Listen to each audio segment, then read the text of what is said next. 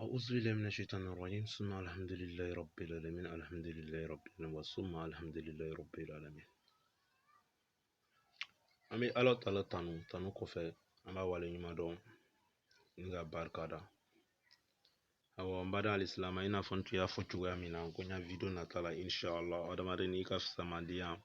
min'o yɔrɔ yira i la, fɛn min bɛ e fisaya ni sitana ye, fɛn min ka to e ka fisa ni sitana ye, ne bɛna o yɔrɔ yira e de la. Wa sitana ye fɛn de ye, fɛn min nɔgɔlen don, fɛn min halakilen don, fɛn min ta cɛlen don. Ni Ala Taala y'a kunnangoya k'a bila ka kunnangoya minɛn kɔnɔ jahanama lakile n'o tala ka di jahanama maliki ma, sitana bɛna ka na se yɔrɔ min na Ala Taala bɛ jahanama maliki yamaruya ni jahanama dayɛlɛlen, sitana bɛ don ni ɲininkali t'a ma, fɛsɛfɛsɛli t'a ma, foyi t'a ma. Ale yɛrɛ b'a sigiyɔrɔ dɔn, sigiyɔrɔ min kan ka n'a yɛrɛ ye, wa a halakilen don ka ban i n'a fɔ Ala Taala yɛrɛ y'a fɔ cogoya min na. Wala o kɛlen kɔfɛ n baden silamɛw, n bɛ tila tuguni ka ɲini Ala Taala fɛ a ka yafa ne ni e bɛɛ lajɛlen ma, k'an ta k'an tanga k'an bɔ sitana in ka kunnangoya sira yɛrɛ de ma, k'an ta ka bɔ sitana in yɛrɛ ka tɔɔrɔyaw de ma, k'an ta ka bɔ sitana in yɛrɛ ka mangoyaw de ma, ni k'an tanga ka bɔ ni halakibaga ni halakiden in ka taa tiɲɛ de ma. Adamaden munna ne ko e ma ko e ka fisa ni sitana ye? Wala, e yɔrɔ jumɛn de ka fisa ni sitana ye? Ka daminɛ e kunsigi la fo kana bila e sen sanbara la, o bɛɛ ka fisa ni sitana kunnango halakilen ye. Sabu munna yɔrɔ kelen pere ne bɛ fɛ ka e la faamuya la, o ye juma de ye. Ala Taala ye e dan wagati min na, e adamadenni, Ala Taala y'a ɲini dannifɛn bɛɛ lajɛlen fɛ k'o kana sujudu bɛ e de ye, o ɲɔgɔnma deli ka kɛ. Sujuduma bɛ mɛlɛkɛ ye fɔnɔni, sujuduma bɛ jinɛ ye fɔnɔni, sujuduma bɛ yiri ye fɔnɔni, sujuduma bɛ foyi de ye fɔnɔni. Voilà, sabu i y'a faamu ko fɔ e ka sujudu, ko fɔ mɛlɛkɛw bɛɛ lajɛlen ka na sujudu bɛ e de ye, sujudu bɛntɔ filɛ e de ye nin ye, o ye ka fisamandenya de yirali ye.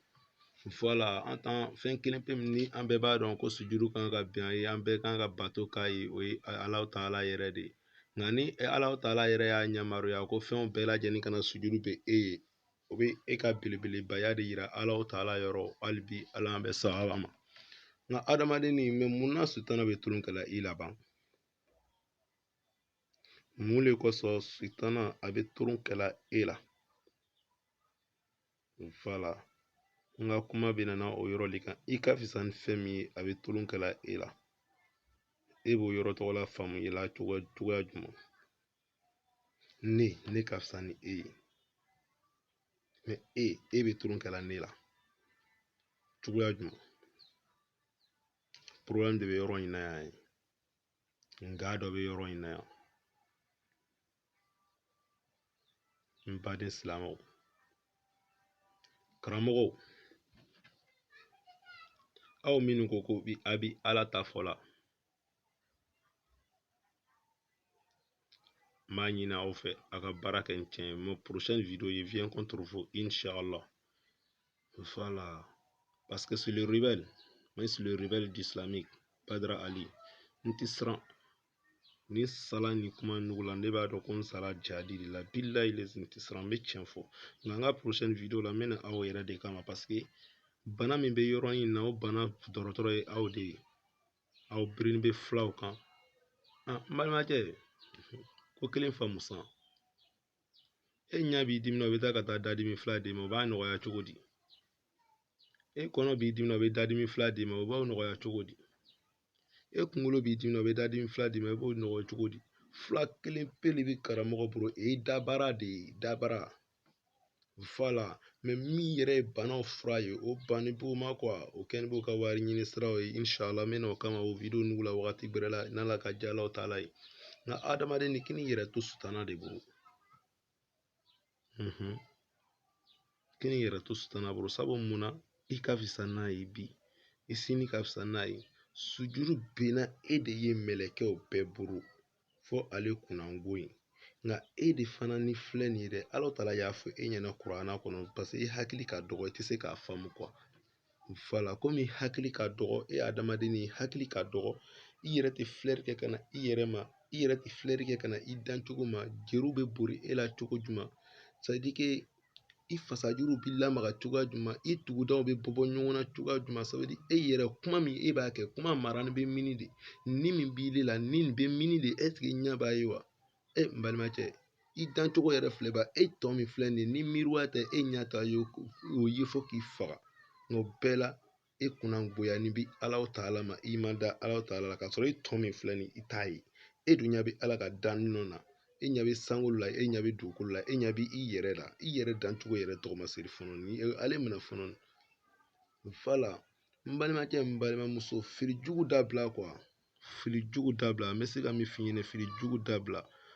wala yɛrɛ feere ni produit babamu ni jɛnɛya babakɛ ninnu bɔ olu dabila mais ne ta problème tɛ ninnu si ye fɔlɔ ni an y'ale continuer mais ne ta problème ye yɔrɔ min o ye dusukun de ye voilà c'est à dire ɲani bi kɔka yɔrɔ maki kɔnɔ yɔrɔ de dilan fɔlɔ ni ɲani bi kɔka yɔrɔ dilan kɔnɔ yɔrɔ de dilan fɔlɔ ni kana taa kɔka yɔrɔ ye k'i jɔ a kan ni ka kɔnɔ yɔrɔ to yen karamɔgɔw a bɛ kɔka yɔrɔ de filɛ la a tɛ kɔnɔ yɔrɔ filɛ la ne ta kuma base o yɔrɔ de wa n bɛ na n ka video bɛrɛ la n bɛ frapponna i kan yɛrɛ n tɛna to yen parce que la inshallah bana o bana bɛ diinɛ na bɛɛ ye aliw de ye n t'a to yen n bɛ na voilà adamadennin i cɛsiri ni Alahu Taala batoli sabu munna e de ka surun masa in na ka tɛmɛ danfɛnw bɛɛ lajɛlen kan hali mɛlɛkɛw c'est à dire que i ka surun Ala la ka tɛmɛ mɛlɛkɛw yɛrɛ kan e ni c'est à dire mɛlɛkɛw bɛ ciraden de e ma voilà e b'i kɛyɔrɔ la c'est à dire que tellement que Ala k'i bonya e bɛ to i kɛyɔrɔ la Ala bɛ mɛlɛkɛ ci ka na cira de f'ilen ɲɛna ka se kɔ parce que e Ala valeur dɔ b'i la san valeur de b'i la e ni o bɛ cira di ka na di e de ma n ko wayi jigila kiraw kan ten de i tɛ a valeur ye wa i tɛ a valeur filɛ wa e danna tulo fila filɛ nin ye a bɛ mɛnni kɛ mais i bɛ mɛnni kɛ cogo jumɛn Ala de b'a dɔn sabu dɔw bɛ tulo b'u fɛ mais u tɛ mɛnni kɛ mais mun de b'a to e b'a mɛn Ala de b'a dɔn a k'o dan cogoya min na ninnu de filɛ e fɛ nin ye e bɛ nin k'i minɛ k'a sama k'a bila i b'a kɛ cogo jumɛn a bɛ na cogo jumɛn c'est à dire fɛn jumɛn la a bɛ taa mun baara de kɛ yen Ala de b'a dɔn est-ce que i b'a faamuya e dan cogo la wa o nɛnɛkiri in kɔnɔna na n'a ka Alahu Taala ja n'a k'a tigɛ don min na fɔɲɔ tigɛ e ma don min na o ye e salen de ye i dan cogo tɔgɔla filɛ bani ɲakisɛ fila filɛ nin a bɛ e la e bɛ yeli kɛla n'a ye piyan mais i bɛ juma de ta i b'a ta ka juma de ɲini Ala sɔrɔli ou bien Ala kotali e yɛrɛ b'o dɔn voilà mais ɲakisɛ fila in kɔni dila e ma kun dɔ de kosɔn voilà n'a kɔni ka Alahu Taala ja i ɲa nin bi da yɛrɛ nin bi to ta a bɛ minɛ a la mun de b'a to a bɛ yeli kɛ e t'a dɔn bari sen fila de bɛ e kɔrɔ e bɛ tagama n'a ye jeri de bɛ borila fasa juruw la n balimakɛ siw falen bɛ e farisogo la ninnu bɛɛ tun bɛ susu dɔ le yira i dancogoya yɛrɛ filɛ fɔlɔ ni ɲani i bɛ Alahu Taala ko ɲumanlɔnbaliya e yɛrɛ ye miiri i yɛrɛ ma Alahu Taala ko kuranna kɔnɔ ten inna kalaknal insana fi ahsani taqwimin summa radadnahu asfala safilin ne ka adamaden dancogo cɛɲuman de la ka tila tuguni k'o lasegin kɔ danfɛn bɛɛ lajɛlen duguma n balimakɛ i yɛrɛ ɲininka mun de bɛ e lasegin kɔ i ka hakilintanya nin de bɛ voilà juma de bɛ e lasegin kɔ kɔfɛ ban juma yɛrɛ le kɔsɔn yɛrɛ min na ni e bɛna kɛ kɔfɛfɛn yɛrɛ ye danfɛnw bɛɛ lajɛlen duguma juma de bɛn'o kɛ ban i yɛrɛ ɲininka voilà mais moi i t'i yɛrɛ dɔn yɛrɛdɔnbaliya de don voilà parce que ni k'i yɛrɛ dancogo jate minɛ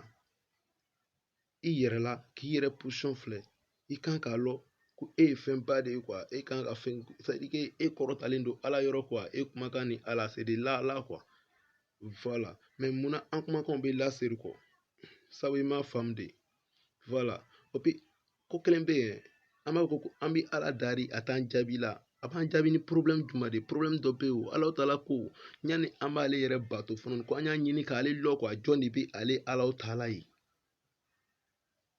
ka sɔrɔ k'ale bato i m'ale lɔ i bɛna ale bato cogo jumɛn c'est à dire problème dɔ bɛ yɔrɔnin in na an k'o yɔrɔ de faamuya inshallah an bɛ na olu la video wɛrɛw la voilà n ka souci min ye adamaden ni i yɛrɛ dɔn i yɛrɛ latanga ka bɔ ko dɔw ma i dancogoya filɛ kabako minnu b'i la c'est à dire que dumuni bɛ don da la a bɛ bɔ kɔfɛyɔrɔ la ɲɛgɛnɛji bɛ don ji bɛ min da la a bɛ bɔ ɲɛfɛyɔrɔ la c'est à dire ninnu bɛɛ tun ye Alahu Taala ka masaya sira dɔw de ye voilà faut que an ka ninnu bɛɛ dɔn inshallah karamɔgɔ prochaine video n bɛna aw le kama parce que fɔ an ka adamaden de yira adamaden na ka tila tuguni ka Ala ka belebelebaya yira adamaden na wa a bɛ fɛn minnu kɛla k'a feere mɔgɔw ma ka kunnafoniw ɲini n'a ye k'a ka tɔgɔw ɲini n'a ye k'a ka kɔrɔtaw ɲini n'a ye fo o de ka bɔ diinɛ na ka adamaden yɛrɛ yira ala taala ka ala batoya cogoya yɛrɛ yira adamaden na fala an ka kuma susu o ye bi kuwa inshallah karamɔgɔw n bɛna aw kama siɲɛ wɛrɛ an bɛ baro kɛ siɲɛ wɛrɛ inshallah n'a ka diya ala taala ye salamu aleykum wa rahmatulillah diinɛ karamɔgɔ jugu n t'a to yen dɛ karamɔgɔ ɲumanw salamu aleykum a karamɔgɔ jugu a ye n kɔnɔ min na salamu aleykum wa rahmatulillah